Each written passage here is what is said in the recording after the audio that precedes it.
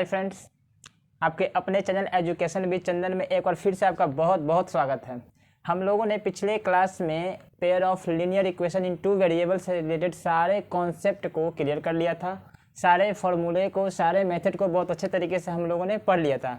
अब हम लोग है ना, इस क्लास से हम लोग चैप्टर 3 के एक्सरसाइज को शुरू करेंगे। ठीक है, तो आज हम लोग एक्सरसाइज 3.1 के क्वेश्चन नंबर 1 को करेंगे। ठीक है, तो आइए हम लोग अपने क्वेश्चन पे आते हैं। एक्सरसाइज 3.1 के क्वेश्चन नंबर 1 क्या कर रहा है, देखिए आप लोग।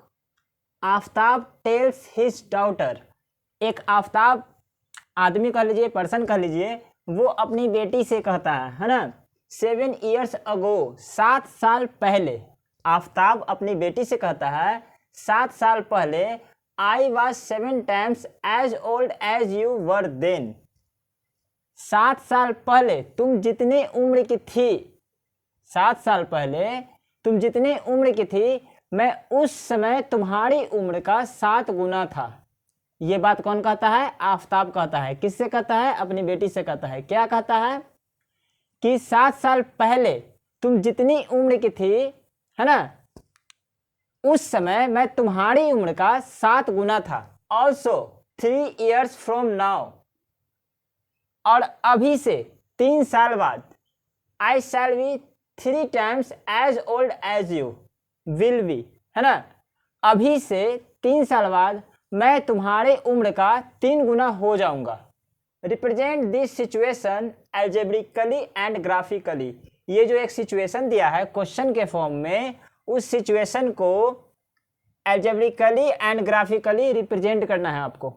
सिर्फ इतना करना है कि ये स्टेटमेंट से आपको pair of linear equation in two variable आपको फाइंड करना है। ठीक है, और उस pair of linear equation two variable से ग्राफ खींच देना है, ग्राफ शो कर देना है। बस यही क्वेश्चन में करना है। बात समझ गए? क्वेश्चन को आप लोग उम्मीद है समझ गए होंगे। पहले हम लोग इस क्वेश्चन को सॉल्व करेंगे एल्जेब्रिकली, मतलब एल्जेब्रा के फॉर्म में उसको लाएंगे। तो यहाँ पे कितने पर्सन है? 2 पर्सन है, आफ्ताब और उसकी बेटी। तो प्रेजेंट एज मानिएगा, जब भी एज का क्वेश्चन आए तो प्रेजेंट एज मानिएगा। तो मान लीजिए assume present age of Aftab.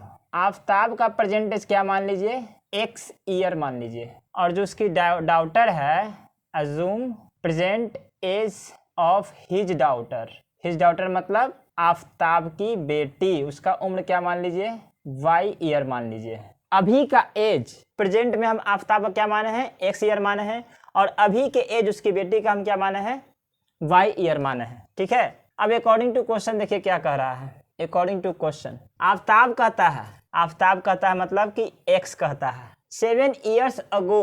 तो आफ्ताब किससे कहता है? अपनी बेटी से कहता है। ये आफ्ताब, ये उसकी बेटी, माने ना, आफ्ताब का उम्र क्या है? X ईयर है प्रेजेंट में, और डॉटर की उम्र क्या है? उसकी Y ईयर है प्रेजेंट में।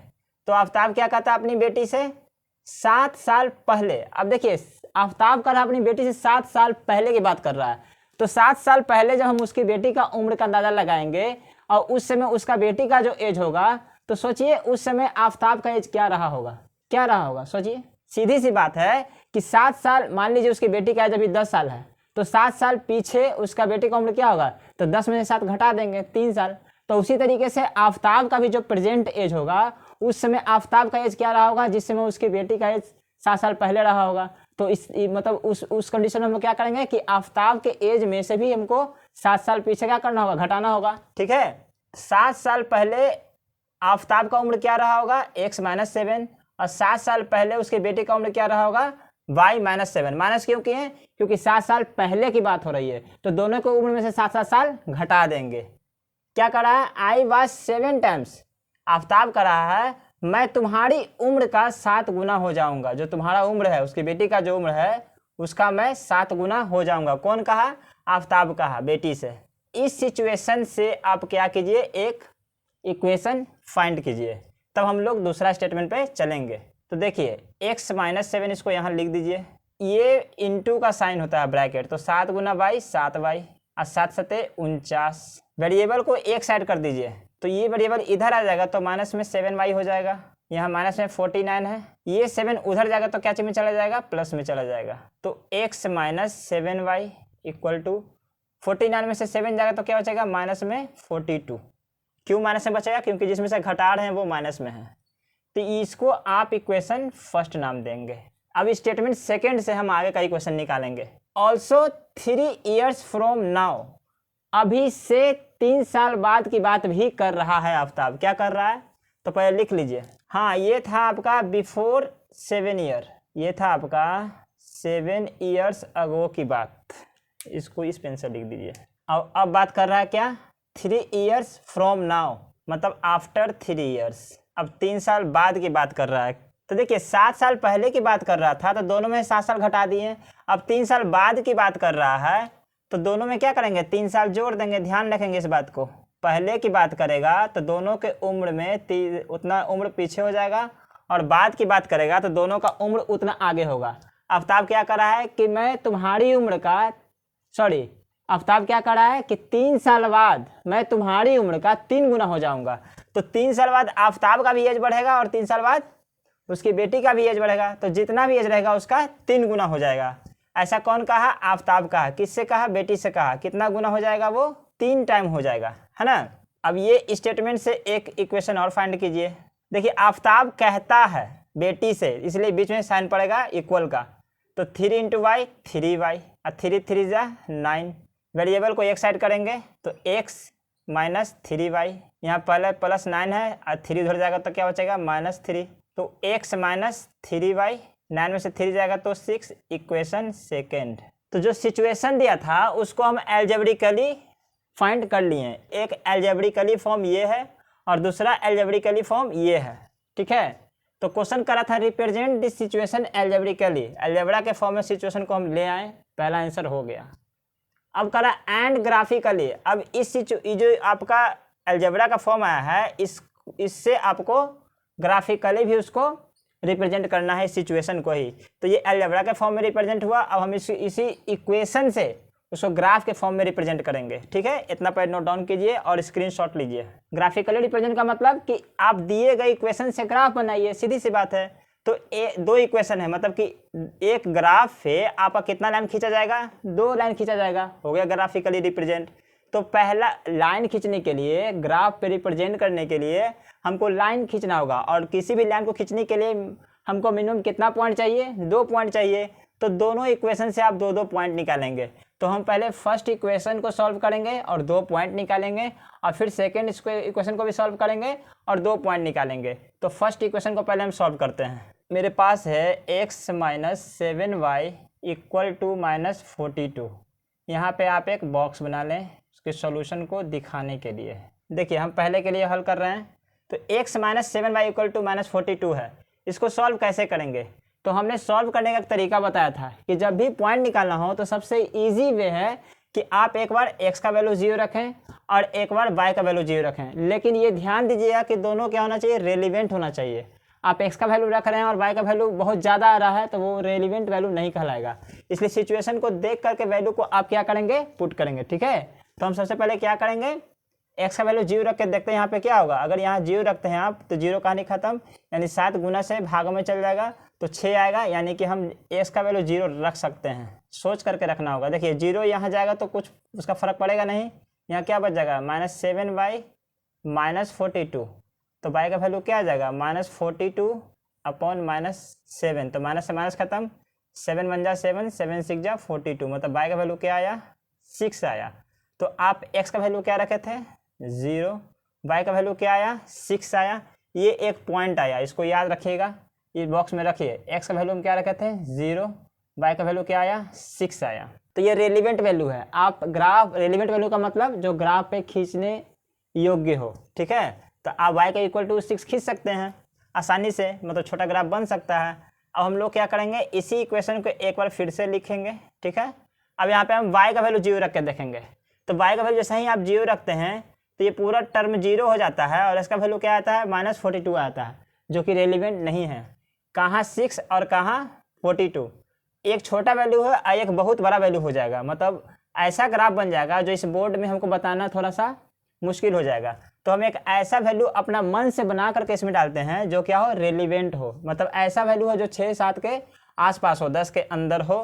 ऐसा वैल्यू यहाँ रखें कि जोड़ घटाव करने पे, गुना भाग करने पे हमको 10 के अंदर का वैल्यू आए, ताकि हम ग्राफ को आसानी से खींच सकें। ठीक है, तो सोचिए यहाँ पे क्या रखें, इस बार हमको y का वैल्यू रखना है, तो x को छोड़ देंगे वैसे ही, y की जगह आप क्या रख दें, y की जगह आप एक काम कर दें, y की जगह आप 7 रख दें। ठीक है, क्यों 7 रखें, क्योंकि 7 7 49 हो जाएगा, और 49 हो जाएगा तो माइनस में 49 होगा, उधर जाके प्लस में 49 हो जाएगा, घट के जो भी आएगा प्लस में आएगा। ठीक है, क्या आएगा, 7 आएगा लगभग, जो भी आए देखिए यहाँ पे 7 7 -49 इक्वल टू -42। अब इस 49 को उधर भेजेंगे तो प्लस से क्या चला, माइनस से ना, इधर बाउंड्री की तरफ माइनस में, तो उधर क्या में जाएगा, प्लस में, तो उधर भेजिए तो -42 और चला जाएगा प्लस में 49। तो x का वैल्यू क्या आ जाएगा, 49 में से 42 जाएगा तो बच जाएगा क्या आपका, प्लस में 7 बच जाएगा। तो सोचिए कॉमा के पहले आपका x का वैल्यू होता है, तो कॉमा के पहले x में कितना लिखाएगा, 7 आया, और रखे थे हम कितना, y का वैल्यू 7 ही रखे थे। ध्यान दीजिए y का वैल्यू आप क्या रखे थे, 7 रखे थे, और x का वैल्यू आया कितना, वो भी 7 ही आया, तो दूसरा पॉइंट हमको 7 7 मिला। x का वैल्यू 7 रखे थे, y का वैल्यू भी क्या आया, 7 आया।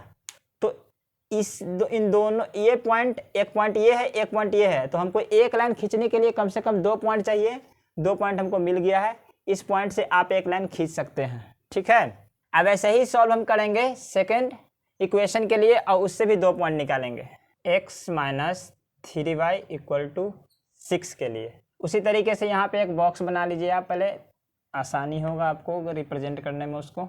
एक बार x का वैल्यू 0 रखेंगे तो ध्यान देंगे 0, ये टर्म 0 हो जाएगा 0 रखने से, तो 3 2 6 2 आ जाएगा, मतलब रेलिवेंट वैल्यू है, आप 2 ग्राफ पे खींच सकते हैं आसानी से। तो 0 हो गया ये टर्म, इस जाएगा तो कोई फर्क पड़ेगा नहीं, मतलब -3y बच जाएगा। तो उस जो y का वैल्यू कैसे निकलेगा, तो केवल -3 बचेगा, तो यहाँ जो -3 वो क्या चीज में है, गुना में है, तो उधर क्या चीज में चला जाएगा, भाग में, 3 दूनी 6। तो जब भी माइनस नीचे बचे तो उसको आप ऊपर भेज दें, यानी y का वैल्यू कितना आया, -2 आया। तो ये पॉइंट कितना निकला आपका, x का वैल्यू 0 रखे थे, y का वैल्यू क्या आया, -2 आया। x का वैल्यू 0 रखे थे, y का वैल्यू कितना आया, -2 आया। ये पहला पॉइंट हुआ दूसरे इक्वेशन के लिए। फिर से इस इक्वेशन को लिखें और यहाँ पे इस पर y का वैल्यू रखें, तो y का वैल्यू पहले 0 रख के देखिए तो क्या होता है, पहले 0 रखने की कोशिश कीजिएगा, तो 0 रख देंगे तो ये पूरा टर्म क्या आ जाएगा, 0 हो जाएगा, ये 0 हो जाएगा तो x का वैल्यू क्या आ जाएगा, 6 आ जाएगा। तो 6 तो ग्राफ पे आसानी से आप खींच सकते हैं, मतलब कि आप y की जगह 0 रख सकते हैं, तो ये टर्म क्या हो जाएगा, 0 हो जाएगा, क्योंकि किसी में गुना करेंगे 0 से तो वो 0 हो जाता है। तो x का वैल्यू 0 उधर जाएगा तो फिर भी 6 ही होगा। तो ये पॉइंट क्या निकला, कॉमा के पहले क्या होगा 6, और कॉमा के बाद होता है क्या, कॉमा के बाद होता है क्या, y हम क्या रखे थे 0। तो यहाँ पे x का मान रखे थे आप कितना, x का मान नहीं, y का मान रखे थे 0, x का मान आ गया 6। ठीक है, तो हमको हर एक इक्वेशन के लिए 2 पॉइंट पता चल गया। ठीक है, अब इन दोनों पॉइंट से एक लाइन खिंचाएगा और ये दोनों पॉइंट से एक लाइन खिंचाएगा, इस तरह से ग्राफ आपका कंप्लीट होगा। तो चलिए ग्राफ हम लोग अब ड्रॉ करते हैं। देखिए ग्राफ खींचने के लिए क्या क्या ध्यान देना जरूरी है वो देखिए, x और y दोनों का पहले दोनों इक्वेशन में जो आप पॉइंट निकाले हैं मैक्सिमम और मिनिमम वैल्यू देखिए। तो x का मिनिमम 0 है और x का यहाँ पे 7 है, यहाँ पे x का वैल्यू क्या है, मैक्सिमम 6 है। तो जब 7 तक हम खींच लेंगे तो 6 उसमें आ जाएगा। y का देखिए मैक्सिमम क्या है, 7 है, यहाँ मिनिमम क्या है, 2 है, मतलब y का मैक्सिमम वैल्यू ऊपर यानी 7 तक हो सकता है और नीचे -2 तक हो सकता है। तो ग्राफ हमको इस तरह से क्या करना होगा, खींचना होगा। तो चलिए खींचते हैं ग्राफ को। 0 और 1 के बीच आपको 10 पॉइंट होता है, 1 और 2 के बीच 10 पॉइंट होता है।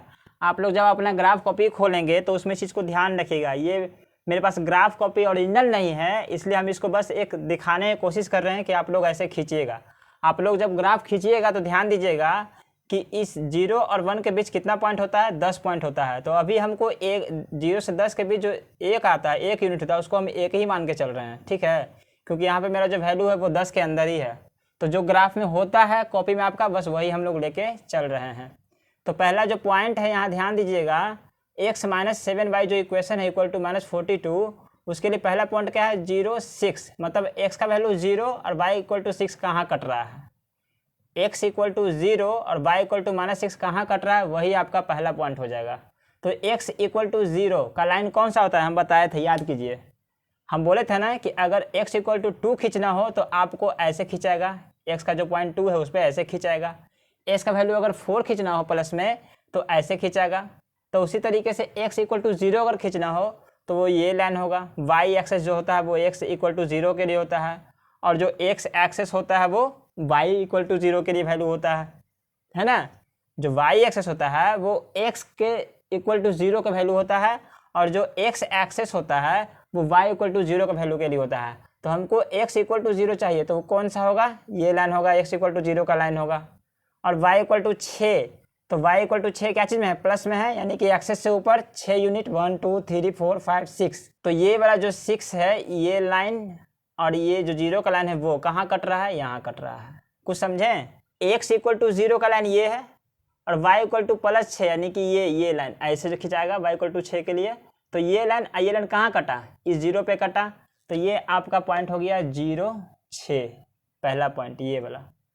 दूसरा पॉइंट क्या है, 7 7, मतलब x का भी 7 होना चाहिए और y का भी 7 होना चाहिए। तो ध्यान दीजिए, x का 7 क्या है, यहाँ है, यानी कि ऐसे एक लाइन खिंचाएगा, वही ना होगा, x का मान 7, और y इक्वल टू 7 यानी कि ये लाइन है ऐसे, ये लाइन है ऐसे।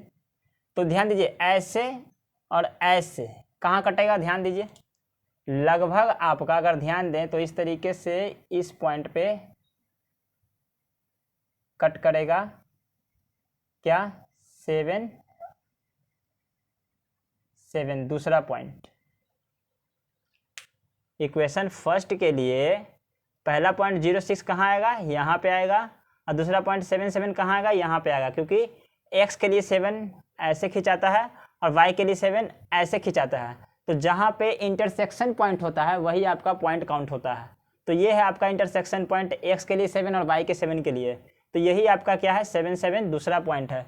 अब हमको एक लाइन खींचना है, तो इन दोनों पॉइंट को मिलाएंगे तो एक लाइन खिंचाया कि नहीं खिंचाएगा आपका, ध्यान से देखिए। तो ये लाइन खिंचाया x माइनस 7 y इक्वल टू माइनस 42 के लिए। अब दूसरे इक्वेशन से हम लोग दूसरा लाइन खींचेंगे।